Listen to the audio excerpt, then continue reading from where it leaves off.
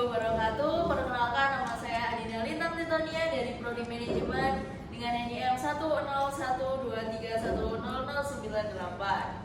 Nah, pada kesempatan kali ini saya akan mempresentasikan mengenai Pantai Perigi.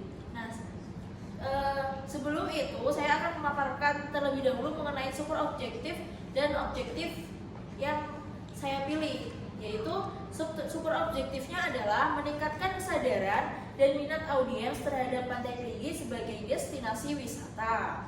Dan objektifnya ada dua, yaitu output dan outcome. Output yang pertama adalah informasi yang mendalam mengenai Pantai Perigi dengan taktik menyediakan data dan fakta menarik mengenai Pantai Perigi.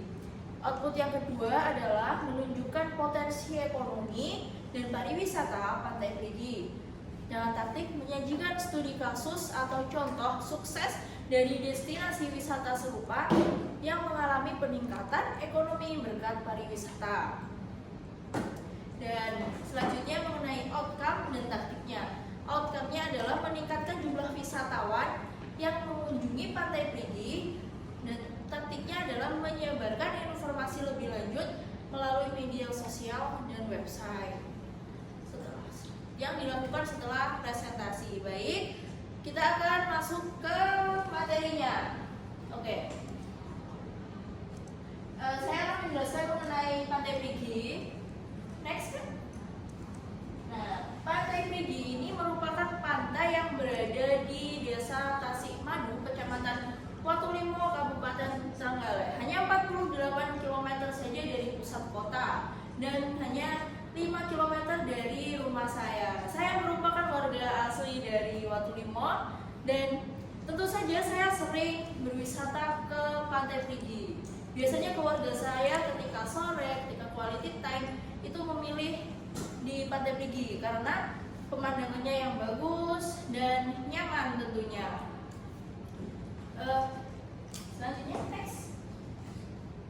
Nah, selanjutnya adalah sejarah singkat mengenai Pantai Perigi. Pada awalnya di Pantai Perigi ini sebelum dijadikan sebagai destinasi wisata, sebelum diresmikan, ini hanya merupakan bagian dari Pelabuhan Perikanan Nusantara Perigi.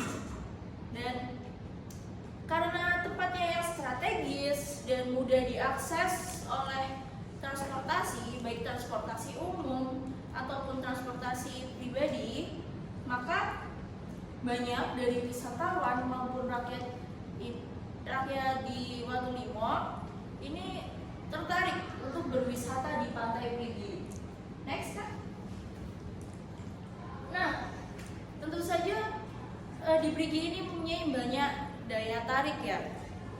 Mulai dari pemandangannya yang bagus, fasilitasnya yang banyak, ombaknya yang di sini ombaknya tidak terlalu besar sehingga wisatawan yang datang itu bisa untuk berenang. Dan tempatnya juga luas sehingga ketika banyak wisatawan itu tidak bergerombol. Nah, di Pantai Perigi ini jika beruntung maka akan menemui suatu kegiatan yang unik namanya tari jaring. Itu merupakan kegiatan perekonomian yang dilakukan oleh keluarga nelayan yang ada di Perigi. Nah, kegiatan itu adalah kegiatan mengambil ikan di laut yang menarik jaring yang telah ditebar oleh nelayan. Biasanya dilakukan setelah subuh atau setelah asar. Nah, di sini juga ada budaya yang sangat unik, merupakan adat istiadat setempat yang telah diwariskan turun-temurun. Nah, namanya adalah larung sembonyo. Sesuai dengan namanya, larung yaitu menghanyutkan ke tengah lautan. Apa yang dihanyutkan yaitu adalah hasil bumi masyarakat di sana. Alasannya adalah karena masyarakat ini mempercayai dengan melakukan larung sembonyo itu adalah sebagai bentuk rasa syukur mereka atas nikmat yang telah diberikan oleh Tuhan.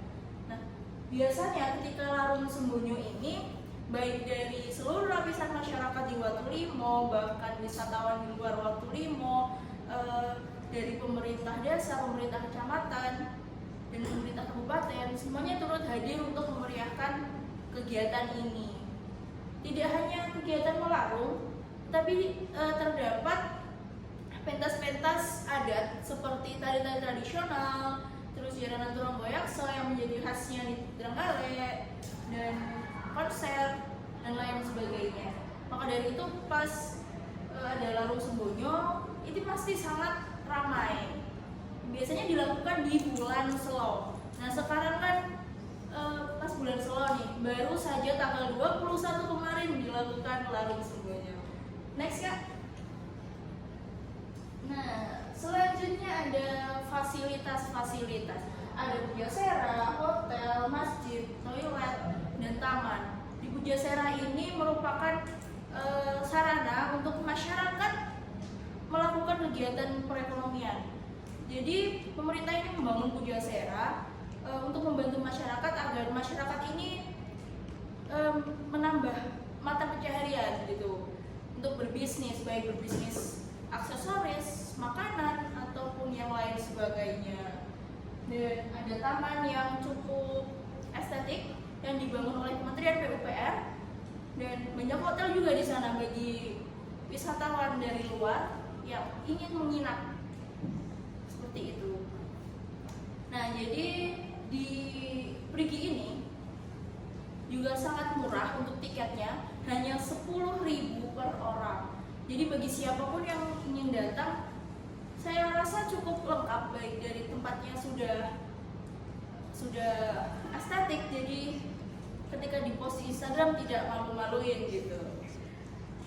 Nah, saya rasa cukup sekian yang dapat saya sampaikan. Mari berwisata ke Prigi bersama saya.